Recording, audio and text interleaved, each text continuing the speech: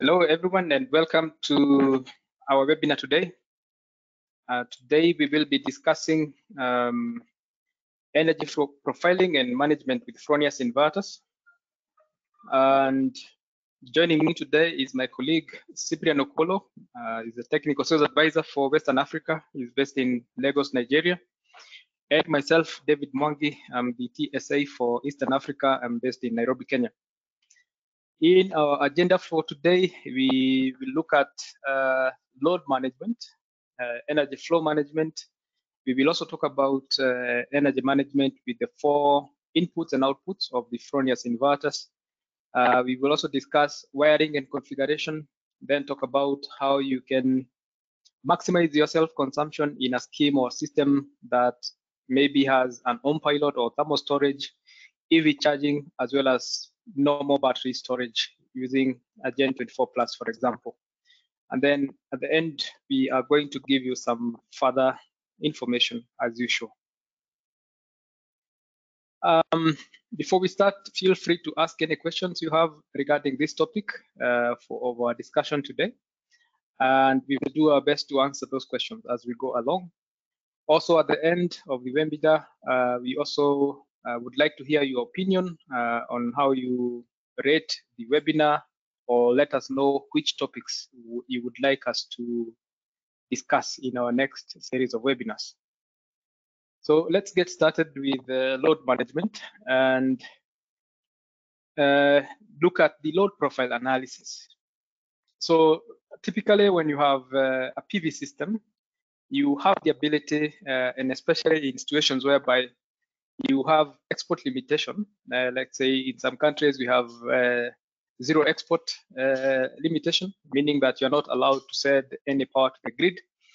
And therefore you can come up with a scheme or a setup that would include an external relay, as you can be seen here in this schematic, that is connected or is powering a specific controlled load. So in this case, you have your electricity network within that particular premises. Then you hook your this load to desired point to an external relay that is activated by a prescribed digital output of the inverter at some desired point, depending on maybe consumption thresholds or available excess energy from your PV system. So in some cases also, it's possible to look at what is the load profile like. So you might realize that you have some peak consumptions that you would like to shift to when you have maximum production of the PV system. And this is only possible by being able to monitor the system. And therefore, what is required for this kind of a setup would be a Fronius inverter. It could be a Gen 24 or inverter, or a snap inverter, or any Fronius inverter for that matter.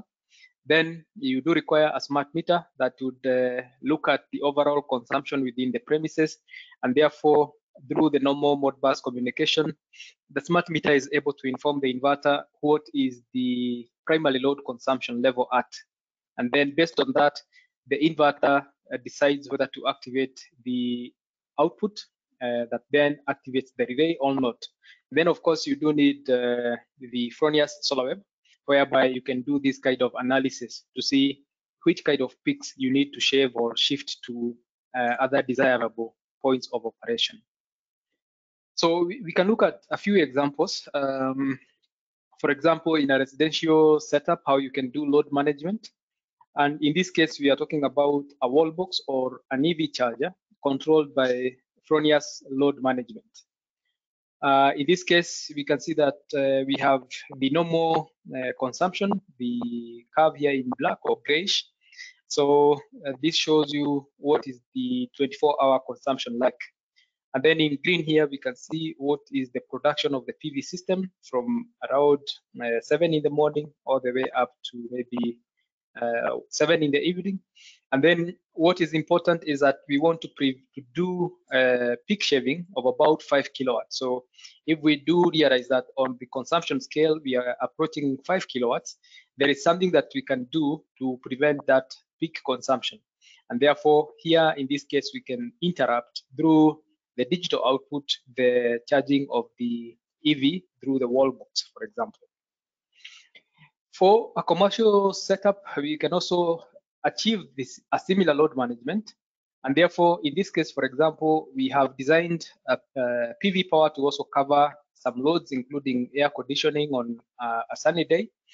And we have the integration of 2 EV points, or 2 electric vehicle charging points, each with a maximum of 22 kilowatts. And our goal for this load management scenario is to avoid peak loads that are higher than 50 kilowatts. So we can see on our scale here, we can go up to our desired 50 kilowatts. And what we can do is that once we realize that we are consuming nearly the 50 kilowatts, then we can reduce the charging power of the EV. So as I mentioned here, we have 2 EV charging points, each with 22 kilowatts. So if you were to charge with both of them here together, you would already be approaching 44 kilowatts. So, and then considering the rest of the loads, then easily that can go above your 50 kilowatts. And therefore, with this intelligent load management, you are able to reduce the EV charging power so that you do not exceed these 50 kilowatt. And you can see that this is possible for this example, early morning hours, maybe around 9:30, and then also in the evening around 7:30, whereby we are also reducing the EV charging. So therefore, we can turn off one EV charger or using the EV charger with integrated load balancing in this case. So in this profile also, we are able to see what is the PV production like. This curve would be in green here. What is the consumption of the air conditioning like throughout the course of the day? And then in red here, we can see the EV charging current consumption. So what we'd like to ask also ourselves is why load balancing is important. So you would want to do load balancing, for example, to avoid high consumption costs. So these are for customers that are billed depending on the peak consumption, and therefore they have peak load measurement. You can also avoid high costs of network adaptations. So if you are able to do load balancing, you do not have to change network cables or electricity cables, as well as fuses in the control boards. And then, of course, thirdly, there is also the possibility of, if you have EV charging applications, you have higher EV charging power, and this can be done through integration of maybe the PV and a battery storage in this case. And therefore, this is the scenario or the setup that would be seen in a Fronius energy flow management. So when it comes to the inverters, what needs to be done? For example, for a data manager inverter, which would mean the snap inverters, if you were to do then load management with a desire for higher self consumption, you would need to go to the load management section once you activate the web user interface of the inverter. And then under load management, you would have to set what is the energy management priorities. So in this case, your priority number one would be load management through IOs. So, and therefore, once you do that, you can go on to the next step, which would be to configure which loads you want to control in this manner. So for example, in this case, we have an example here that states that our load is an air conditioner, and we want to control it. As you can see here, we have 3 options of control. We have whether it's disabled, so meaning that you're not using this method of control. Then you can do it by power production, but the best way to do it, especially when you have feed-in limits, would be by surplus power production. And the thresholds would include a feed-in threshold and then a consumption threshold. And then this means basically that if you have like 1,000 or 1,100 watts in the network of excess energy, that can be potentially fed to the grid. You want to activate this load to consume this excess energy. And then you also set a consumption threshold, meaning that if you have 100 watts being consumed, for example, from the grid network, you want to switch off this particular load. In addition to that, it's important to set what is the minimum duration per on signal. We will see why this is important later. And then also set a maximum duration per day. So by, if it's maybe a pool pump or something else that has to finish a particular task by a certain time of the day, it is important to configure this within the web user interface of the data manager, for example. And in this manner, you can configure at least 4 loads that can be controlled, because the inverter will offer you 4 digital outputs maximum that can be configured in a similar manner, so that depending on the excess energy available, so therefore the feeding and the consumption levels that have been set, you can equally activate another 3 loads in addition to the first one. For the Gen 24 Plus, for example, with the Tauro, because they're using a different kind of communication card, the procedure is the same. So you just simply go and activate the web user interface of the inverter. Then you would need to do pin activation for load management. And like we have said, you have maximum 4 outputs that you can use. So in this case, you have pin number 0 up to pin number 3, and this can be therefore assigned accordingly per the load that is going to be controlled. And therefore, also here we activate this button for load management to be in the on position, and then we go on like that, assigning each of the pins what load is being controlled. So by control mechanism, also here we have these 2 options. It can be disabled, but you can control also by power production. But most important for export limited installations, like I have mentioned before, would be to control it by power surplus. And therefore, similar to the data manager settings, you have to activate for the on signal. If you have a feeding energy of power of about 1,500 watts, you activate this load, and then you can say, if I'm consuming about 1,000 watts from the grid, then I would like to switch off this load. And therefore, in this manner, you are able to control the loads appropriately. Another further example here would be in the case that we want to do peak load balancing with an electric vehicle.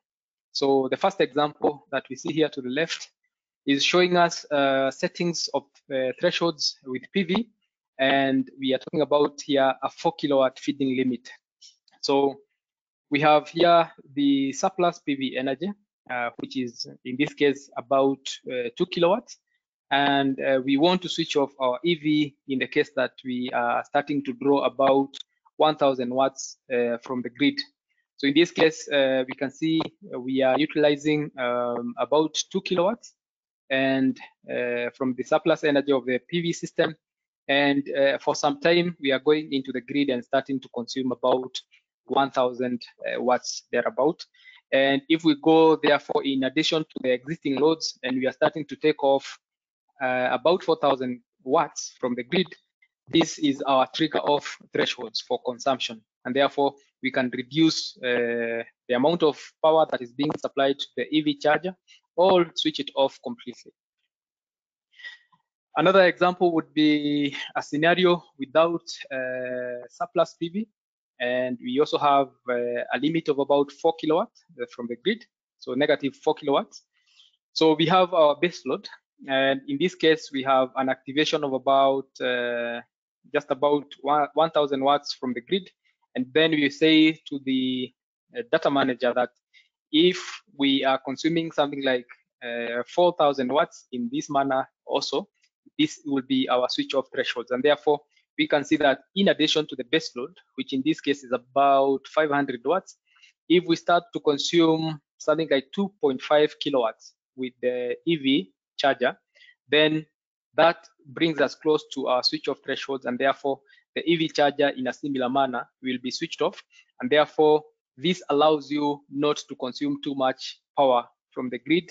And the best scenario would be when you have the possibility to configure using the PV surplus energy in this case, because you have the potential for highest savings there. When it comes to the energy flow management with Fronius inverters, the typical requirements would be that you do your load profile analysis, just like we looked at in the introduction. So this means that you have either a Gen 24 Plus inverter or a Gen 24 for that matter with a snap inverter. They both have their data communication cards inbuilt, Then you have a smart meter. Then in SolarWeb, you are able to do your load profile analysis. In this manner, once you know what are the patterns of consumption, you are able to do load management for controlling heavy loads. In addition to that, you can specifically also save energy by integrating battery storage. It could be storage of power in a battery system, or it could be thermal storage using the Fronius Ohmpilot. So therefore, you generate hot water using the surplus energy that the PV system has. So this would be the typical energy flow management that Fronius would envision for any particular customer using Fronius inverters, and they want to manage or utilize all the energy that the PV system is generating. In terms of the control options that are available, we have the possibility for load management. So this is what we are describing using the 4 digital IOs, but mostly the outputs to control external loads. So the purpose here would be to increase the self-consumption by turning on a particular load when you have a certain amount of surplus energy available, and then reducing your peaks by turning off if you are starting to consume a certain amount from the grid side. Another control option would be dynamic power control. That would mean this is stepless control of the surplus energy that is available. And this can be in addition or in combination with a battery storage or the Fronius Ohmpilot to generate hot water, or even with an EV charging point. And the purpose here would be you want to increase your self-consumption, and therefore you can also avoid peak loads in combination with the battery storage. So what this would mean is that if you have a battery storage in your setup and the PV production has gone down, then the inverter, before going to consume power from the grid, can actually take power from the battery and feed to your loads, and only revert to the grid when both the PV production and the battery state of charge are low to a certain level. So what are the benefits of using energy flow management? So just to repeat, here is we want to increase your own consumption and self-sufficiency. If you have cheaper night tariffs, you can also benefit from this using energy flow management. Avoid expensive power from the grid, and the best thing is that this is a simple setup. It requires standard components, and no additional control devices are required for this kind of setup. Now going specifically into the energy management with the 4 digital IOs. So for energy management outputs, you can control things like EV chargers, you can control big consumers, maybe water heating applications. You can also control pool pumps, and you can also control things like air conditioners. So each inverter, each Fronius inverter with a data communication card already has these 4 digital outputs integrated. So this typically would give you a 12-volt DC signal.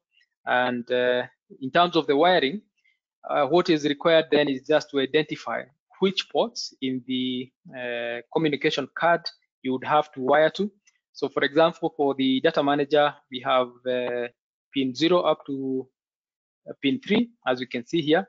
So in the same kind of plug or connector where you do your Modbus connection for the smart meter is where you find the connection for the digital outputs. So it's very easy to find, and you cannot make a mistake as long as you have done an installation of a smart meter. For the Gen 24 Plus or even the Tauro, then the same applies. So you just find the connector and identify the outputs that are marked IO0 up to IO3, and this is where you can configure the control of external loads, for example. In terms of the wiring schematic, what would be required for the data manager or the snap inverters would be an activation signal. So you would have to connect from a negative terminal and then IO1, for example, and this then would be able to activate this relay whenever there is surplus energy available in the inverter. And then whichever load is connected downstream here of the relay, so you can see there is a branch here, then can be activated anytime there is surplus once this relay closes. In addition to that, you do require a manual switch. So this can be kind of an override system. So maybe the relay has a problem or it's faulty, or you want this load to activate on desired durations during the day. So you can do manual on and off activation of this particular load. So a similar schematic for the Gen 24 inverters. So you just require a connection to a negative port of the communication terminal, and then any of these IOs, whether it's IO 0, 1, 2, or 3, once they are connected to the negative terminal, then once surplus is available and there is a signal sent, then this relay can close automatically. So the kind of things that you can control are things like electric vehicles, pool pumps, and so forth.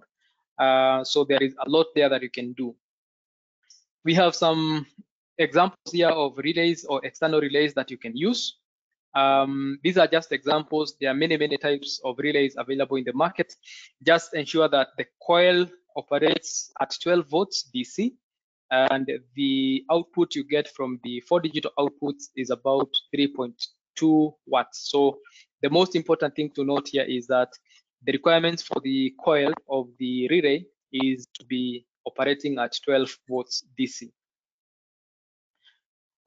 In terms of the configuration, what is required is just the activation in the respective web user interface. If it's the data manager, for example, there is the typical activation. So you go to the setup menu of the inverter, scroll down to the web user or the Wi-Fi access point, and then once you have activated the Wi-Fi access point, there is an SSID for that particular access point, that is Fronius _ the serial number of the data manager, and then enter the password. And then once you enter the password, you are able to go to your browser. Once there is a connection between your inverter and the laptop or phone, you go to your browser, enter this IP address, and this goes into the web user interface or the web page of the data manager. Once you are there, then you have to go to IO mapping. So IO mapping is just the pin assignment of the digital outputs. So you can then assign whether all of them are used or which one is used for this matter. So in this case, we can assign from 0 to 3, just like mentioned, and you can then assign respectively here each of these for load management. Once you have done your IO mapping, then you go into load management, and then here, just like mentioned before, you set your control priority. Your control priority then in this case would be load management through IOs. This will be your priority number 1, which can be changed with any of these arrows to change the positioning of each one of these. The load selection, so you can name what is the name of your load, controlled by surplus energy, then what is your feeding and consumption thresholds, meaning the on and off signals, what is the minimum duration per on signal, for example, and what is the maximum duration per day, and all these kind of things. So make sure you enter all the required settings here, and then you can also set up a finish by time so that you are able to finish the operation of this particular load by a certain time of the day. Once you have done all that, remember to save the settings. So there is this button at the top here that is like a tick. So once you click on this one, it saves the settings that you have made. So if that is not clicked, then the settings are not activated in the inverter. When it comes to prioritization, you can control the surplus energy, and then you can also do load management prioritization. And the IOs are then prioritized according to the switching threshold. What this means is that the load or the IO that has the lowest threshold switches on first. And then if you have 2 IOs with the same switch on thresholds, then they will be switched on according to how they appear in the list when you are doing your load management settings. As a further example here, we have the setting example. So we have a threshold setting with a small grid consumption, which is preferable with big loads. So our switch on threshold is about 3 kilowatt here. and our switch off threshold is when we have consumption of about 1000 watts from the grid. So this is surplus available in the red here from your PV system, which is about, in this case, 3000 watts. And then on the lower scale is consumption from the grid side. So a particular example here would be like when you have an EV charger, you can control it in this manner. And also we have a threshold without grid consumption. So here we do not want to touch consumption at all from the grid side. And therefore we say our switch off threshold is at the zero consumption point. And therefore this means that we no longer have excess energy available from the PV system. And therefore, in this case, we prefer to do this with smaller loads. An example here would be a pool pump. In terms of runtime settings, it's important to set desired runtimes. So in this case, we have the minimum runtime, we have the maximum runtime, and also we have the target runtime. The minimum runtime would prevent frequent on and off switching over load due to the changing irradiation levels, and therefore meaning that also the excess or the surplus energy available from the inverter is also changing in this case. So therefore we set this minimum runtime. We also set the maximum runtime. This would indicate how many minutes or how many hours this particular load should be operated every day. For example, for a pool pump, it's not necessary to go more than 8 hours per day. And what happens is that depending on the changing irradiation levels, maybe this load is on now for 30 minutes, it's off for 5 minutes. These individual single runtimes are then also summed up to come up to what is the desired maximum runtime within the inverter settings. Also, the target runtime is important to set. This indicates a specific moment in time up to which a defined load has to be switched on. For example, you can set a target of 4 hours for a pool pump, and therefore this ensures that you have a good quality of water so that every drop of water is cycled through the filter, for example. And then you can also set the target runtime to avoid consumption from the grid, and make sure that you set this during sun production hours, for example. In terms of application examples, I think at this point I hand over to my colleague Cyprian to take over and do the rest of it. Cyprian?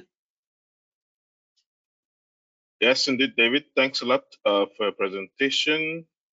I will show my screen now and continue with the rest of the presentation. And I want to believe that you can all hear me and, of course, see my screen as I continue. So just like David mentioned, we shall be looking at applications of all that we've mentioned so far with regards to energy profiling and management. So let's get on with it. So we have 2 examples actually. So let's start off with the first one. So in this case, just like David has mentioned, it is possible to prioritize load distribution in terms of energy profiling and then use of surplus energy from irradiation. So in this example, we have the priority set at 1, 2, 3. First priority given to load management with channeled or terminated at input output 1, which is where the control comes from. So this time around, we're controlling a 1000 watt capacity pool pump. And then just like also what David mentioned, we have targeted the operating duration for 3 hours, as you can see. And then second priority is the battery. And then third priority is an ohmic load, which is controlled via the Ohmpilot. So this ohmic load is the heating rod, obviously connected to a water tank for generating hot water. So let's now have a look at this scenario. So first off, we, of course, already know that these appliances will be supplied with surplus power depending on the capacity that is generated. So let's start off with the first phase. We're going to be doing this in time-based per se. So we're looking at the power over or across the time that this power has been generated. So first off is the pool pump, which has the priority one. But note here that once we begin to generate PV, as you can see, have a look, take a closer look at it using a pointer. This phase here, we can see that we have PV being generated, but then it is being channeled to the battery because of the fact that we haven't yet met the threshold for the pool pump. As you can see, it's 1 kilowatt. Okay, so once the threshold is met, then we can now start having the pool pump operating, and it's now going to operate along or operate for the programmed duration, as you can see in this case. So it has been programmed to operate for 3 hours, so it will run for 3 hours so long as this threshold is met and of course exceeded. So once it is exceeded, we can see that for this phase, we have the pool pump and the battery charging operation going on. That is for this particular vertical phase. Now, once the battery has been fully charged, of course, the battery charging will discontinue. So the next priority would come into play, which is in this case, the generation of hot water. So this culminates to the activation of the Ohmpilot, which of course triggers the 9 kilowatts capacity heating rod. So once this continues, you can see that in this phase, this particular time phase, it is just the heating rod, the Ohmpilot, which is operational, that and the pool pump. So once the pool pump has gone through its full cycle of pumping, would now have a phase where only the heating rod is active. And this would remain the same until it is able to achieve the targeted temperature of hot water that is required. If it is 60 degrees centigrade, once it hits 60, for example, in this case, assumed, then the Ohmpilot stops, and then the rest of the energy is now fed into the grid, as you can see. Okay, good. So having said that, we can see that, we have an appreciable level of self-consumption, but then we also know that this power being fed into the grid while there's irradiation, it's likely to be, of course, it is paid for from the grid, but then the rate at which we will buy back power from the grid when we eventually need it, usually at nighttime, would be way, way higher, sometimes 4 or 5 times higher than the rate at which it was sold, per se. So the wisest idea here, or the most economical choice to make, will be to ensure that we maximize self-consumption. That leads us to the next example.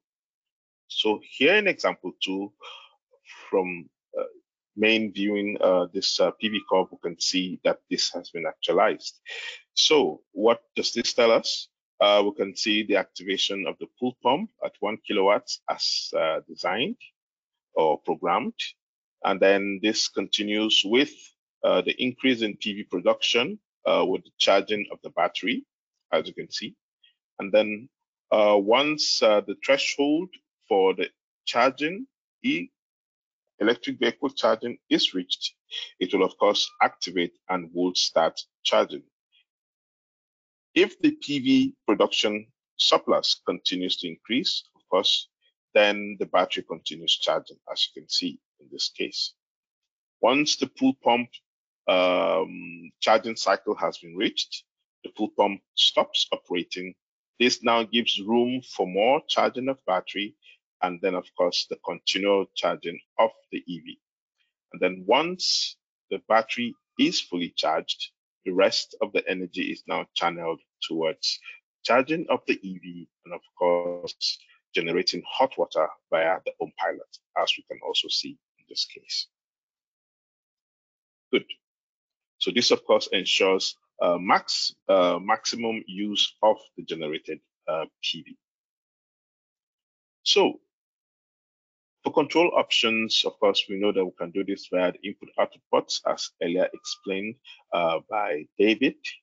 It is also possible to do this, have it connected to heat pumps, because all our inverters are SG ready, as in heat pump ready. So this, of course, would help in terms of generating hot water. Of course, for heating purposes. And then we can also achieve dynamic control using the Ohmpilot in terms of generating hot water. So basically speaking, what all this has in common is to ensure that we have all the necessary options that would enable us to achieve maximum self-consumption. So putting it in another context, or a clearer context, we have a live shot of a PV production curve dated 8th of August 2016. As you can see, for a real system, we can see in this case that so if you're an installer per se, and then you have this typical PV curve of your client, you can as well generate this and have a discussion with your client, and then of course put up suggestions on how he or they can actually maximize their self-consumption. You can see in this case that a whole lot of the PV generated is fed into the grid, and then this is fed at a very, very low cost than what it's going to be bought for later on when this power is needed. Although, yeah, it is used to implement charging of the battery, but then you can see that there's quite the PV is quite sufficient for that and more. So this green portion, which is fed into the grid, can of course be utilized to achieve other functions in terms of catering or supplying heavy loads like pool pumps, air conditioners, washing machine, and the likes. So, like we said, it's all about increasing self-consumption. And then the motivation for this, like I've earlier said, is the price disparity between tariff pricing and then feed-in price. As you can see from this extrapolated graph from 2013 to 2017, we can see that the gap between the feed-in tariff and the grid tariff has always been increasing. And of course, by extrapolation, this gap is definitely more than it is with respect to the date of this graph. So having said so, it is, of course, it behoves on us to ensure that we maximize our self-consumption so that we can better make use of our generated PV, surplus PV, and then use it to cater for other heavier loads that we will eventually need to power later on with the grid. So how can this be done? As suggested earlier, shifting loads. So this basically means activating or making use of appliances when there is surplus generation of PV. I'm going to take a slide back just to explain that first point. You can see, taking for example, say from 10 o'clock, when the battery is already fully charged, your base load is about 500 watts, as you can see. Yeah, so it is possible to activate, say, your washing machine, your AC, or air conditioners, or charge your EV if it's available, and then of course generate hot water with all this. So all it entails is that these should be activated within the PV generation period. That is suitably when the battery is fully charged from 10 a.m. per se until say 6 p.m. So with this, you can increase the self-consumption. So that is exactly what is meant by load shifting. We can also achieve that using load management, as earlier mentioned, by implementing threshold voltages, which would activate with regards to the priority that has already been programmed in the web user interface of the inverter. It is also possible for stepless control of surplus power, so that the surplus energy would not be overused. That is creeping into the grid, making also stepping into the grid region per se. So stepless control basically means making use of them, just like we saw in previous examples. Some loads, heavy loads, turning off when their threshold, maximum threshold, or if their duration cycle has been achieved.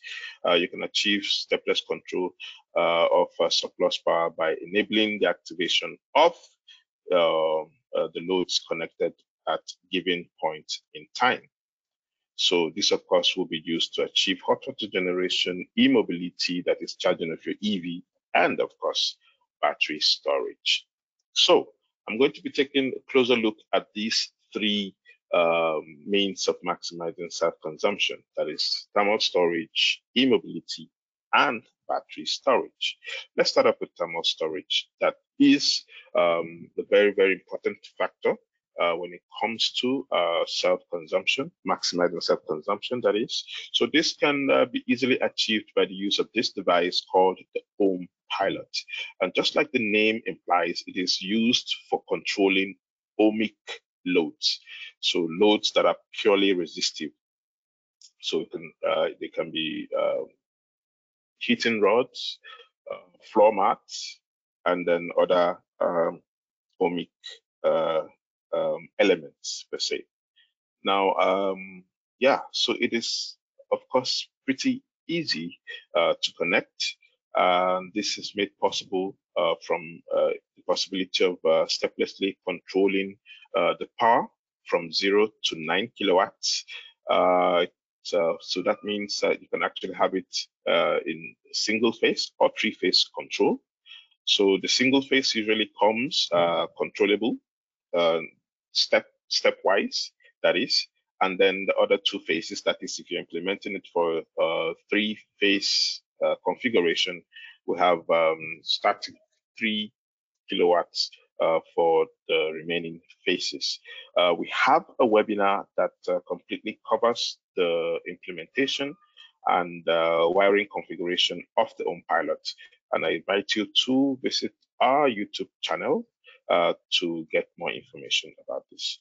So other open interfaces include communication via wireless LAN, EMV, and then of course it is also possible to combine other heating sources. So let's just take a close view of how this works. So let's say we generate 1.5 kilowatts or 1,500 watts, and then we have a consumption of, say, baseload consumption of 1,000 watts. So this means that 500 watts goes to the grid, right?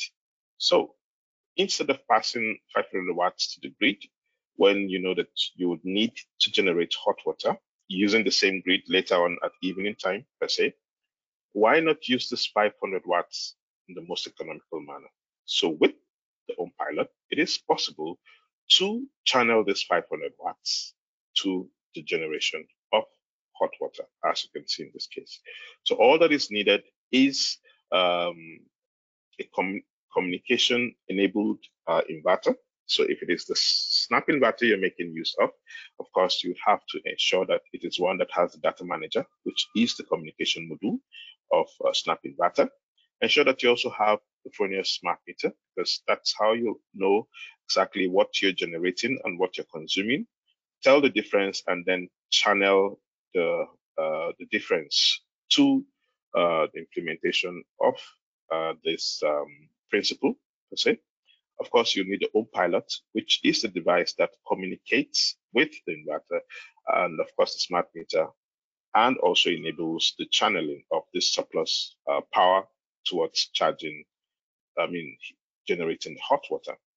Of course, you would also need a temperature sensor to be able to tell or set the temperature, the target temperature to be achieved using this hot water generation process. And then now let's have a look at how this unfolds when it comes to actual service. Now, taking an example of a 4-person household that needs, of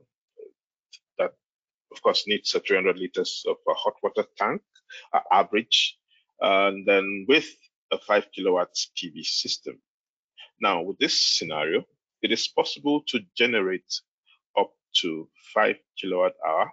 Well, once this is generated, it is possible to have 150 liters of hot water at 40 degrees, which is, of course, comfortable to make use of. And then this is usually the minimum power supply cloudy days or during cloudy periods. Okay. And during summer, it is, of course, possible to generate up to 17 kilowatt hour, which this gives you up to 300 liters of hot water at 60 degrees. And this is usually possible and attainable during sunny periods. Good. So what does this entail? It, of course, means that it is possible to not just only have your base load satisfied, it is also possible to generate hot water that would be eventually made use of after the PV generation period has elapsed. Good. Let's now take a look at e-mobility. So basically, we will be talking about the device that makes this possible, which is the Ohmpilot. So the Ohmpilot, basically, just like the Ohmpilot enables for hot water generation, the Ohmpilot makes it possible for EV charging. It could be a car, a bike, or a scooter. So with this, we have 2 versions. So we have the Ohmpilot Home and Ohmpilot Go. So just like the name entails, Ohmpilot Home usually static and stationary installed, while the Ohmpilot Go, as you can see, is the mobile version per se. Good. So how does this work? It is possible to have this communicate with the inverter, of course, via the network channel, internet channel, that is. And then what it basically does is to, of course, via this Fronius smart meter, tell when there is a surplus in the system. And then once there's a surplus, and if, because there are 2 conditions, it's one thing to have surplus, and then it's another thing for the threshold, programmed threshold to be reached. So once the programmed threshold for EV charging has been reached, then we can now have a seamless charging of your EV. Good. Now, when it comes to charging, of course, we have an app that enables this or makes this very possible. And then in this app, it is possible to also activate different charging modes, right? So we're going to see these charging modes in the coming slides. And then, of course, as you can see from this screenshot here, the user interface, it's quite user-friendly and very, very easy to navigate.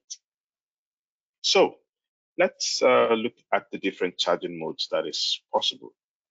Now, it is possible to have your car charged at the lowest cost, as in the lowest and the cost efficient means. So what this means is that once your EV is plugged in, although this particular charging mode is for now only available in Germany and Austria, but then just because of the fact that it is possible, that's why we're actually giving you this information. So it is possible to, for the EV, of course, using the Ohmpilot, scan through the charging tariffs and then implement the tariff with the least cost, as you can see them labeled in the green in this graph. So we can see the charging cost tariffs for this period from 1 a.m. to 5 a.m. So these obviously appear to be the lowest charging cost period. So what this does is that your vehicle or your EV via the Ohmpilot will, of course, ensure that it charges your EV during this period the most, per se. Good. Now, what this also, of course, does is to intelligently ensure that your EV's charge is controlled.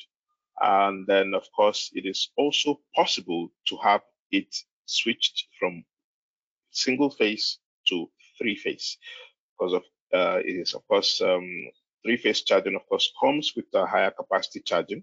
So depending on what you have in your surplus charge, if it is enough to sustain just sustain the single phase, then the single phase charging mode will be implemented. But then if you have enough to support three phase charging, what this means that it is going to there's going to be fully automatic switch to the three phase charging mode. Great. There are two more charging modes to talk about, which is the next ride mode and the eco mode. But then before I do so, I would like to, of course, inform us of the respective charging parameters. So for the single phase, we have the minimum charging power of 1.38 kilowatts. And then for the three phase, the minimum charging power is 4.14 at 6 amps, of course.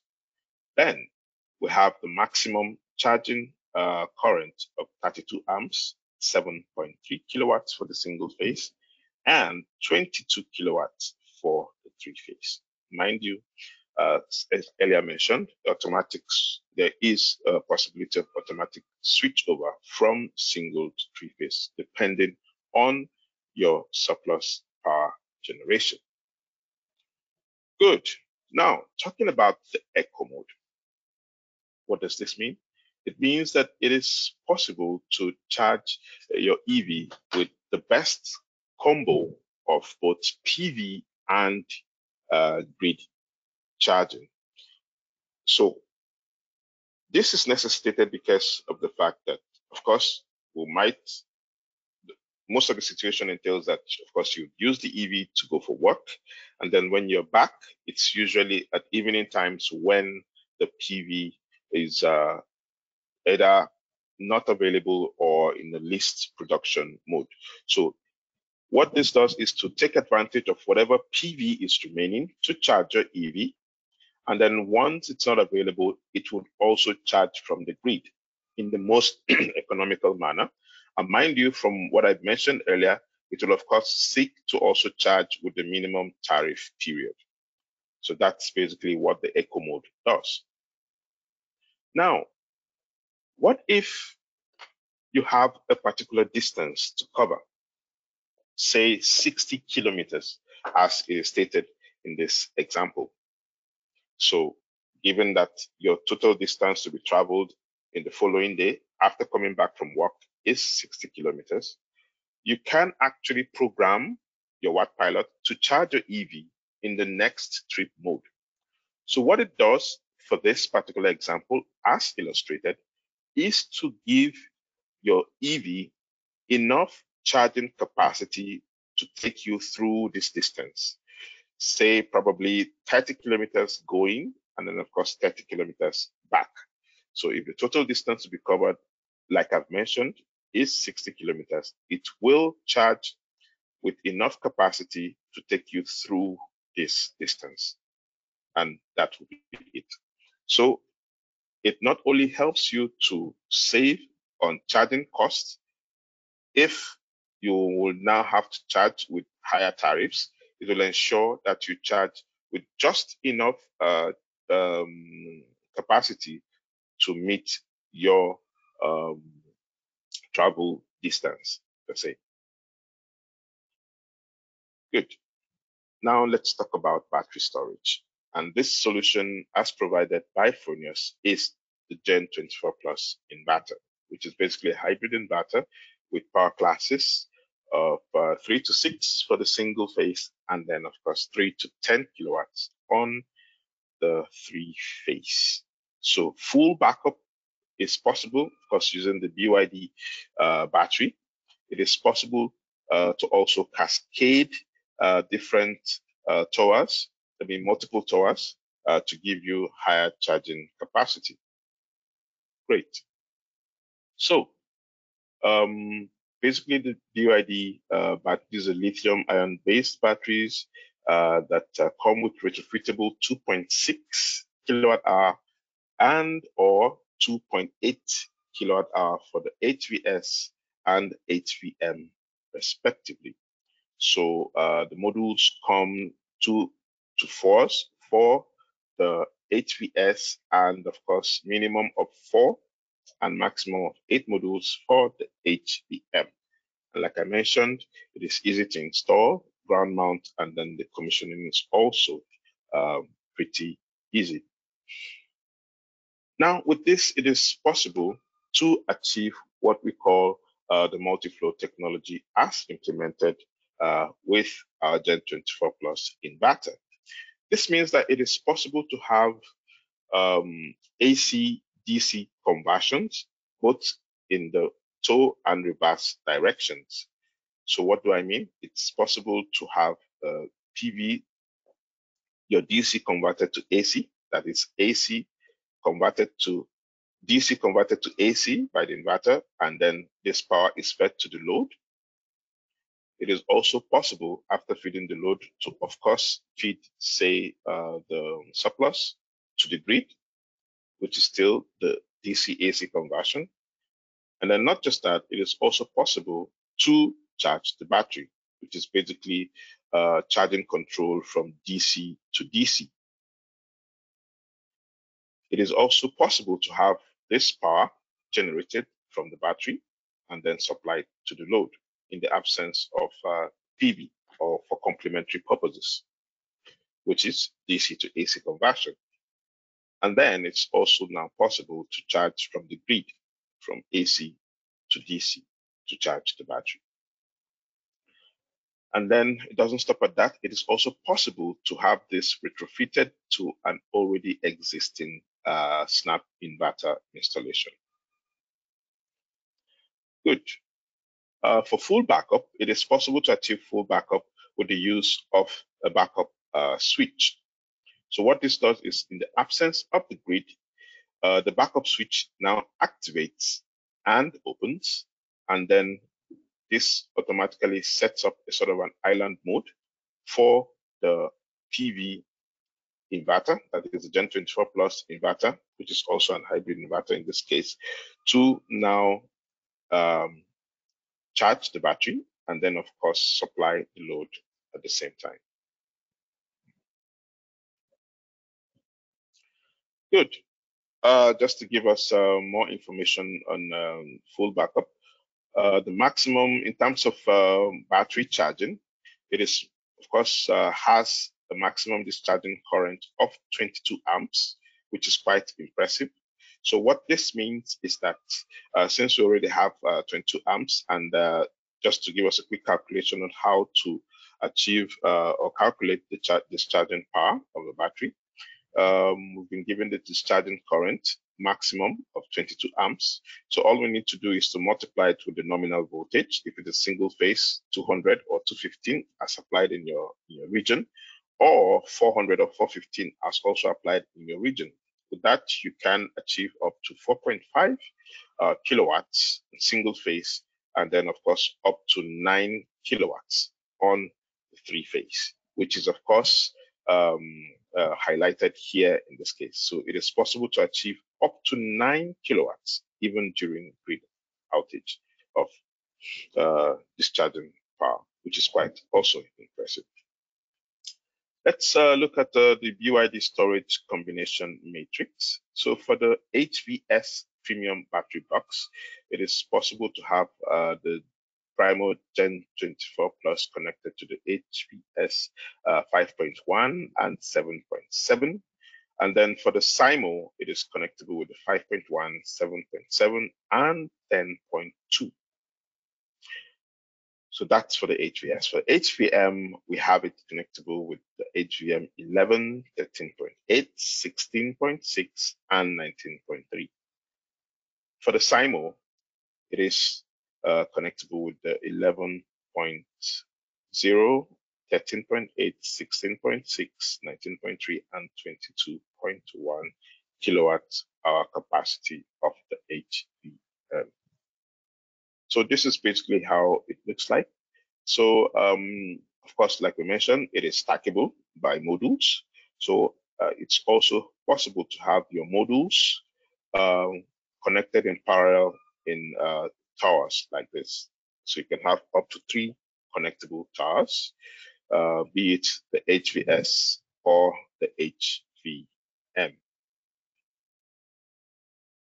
So please note that the highest capacity connectable for the HVM is the 19.3 by 3, which would give us a total of 57.96 kilowatt hour. Great. So that basically brings us to the end of our presentation today. Just that we have some time to give you some information, and it's basically how to access information on our website. So you can basically go to our website, which is www.fronius.com. And of course, we know that we have 3 business units: the welding, solar energy, and perfect charging. So you do well to click on solar energy, and then that will take you to a landing page for solar energy.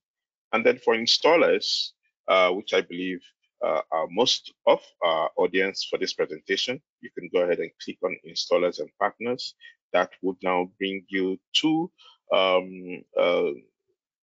homepage where you can access product and solution information, also information on technical data, information center where you get latest updates about our products and solutions. You also have service and support, downloads, and of course, how to make contact with any of your wholesalers or sales partners. Great. So just also want to inform you that recordings are available also on our website. On our homepage, you can find operating and installation instructions. On our YouTube channel, you can also find how-to and installation videos. Particularly speaking, you can actually have access to our Sub-Saharan Africa playlist, which is basically a compendium of all the webinar presentations that we've made so far. This one also will be eventually uploaded, so you can have access to it using this particular link. For other information, including technical questions, training, sales, and after sales, please do well to reach us via these contact details as shown on your screen. But then if you want to reach out to us directly, the TSAs, please endeavor you do so with respect to the TSA responsible for your region. Myself, Cyprian Okolo, the TSA responsible for the Western Africa region, or Byron Kotza for the Southern Africa region, and of course, David Mwangi, who is present with me in this presentation today, and he is the technical sales advisor for the Eastern Africa region. So once you're able to reach out to us, we will of course be happy to help with your inquiries. Great, so that brings us to the end of our presentation today. We want to say a very big thank you to all those who made up time to attend this webinar. We want to wish you well, and please do keep safe and enjoy the rest of the day until we come your way next time. Thank you and goodbye.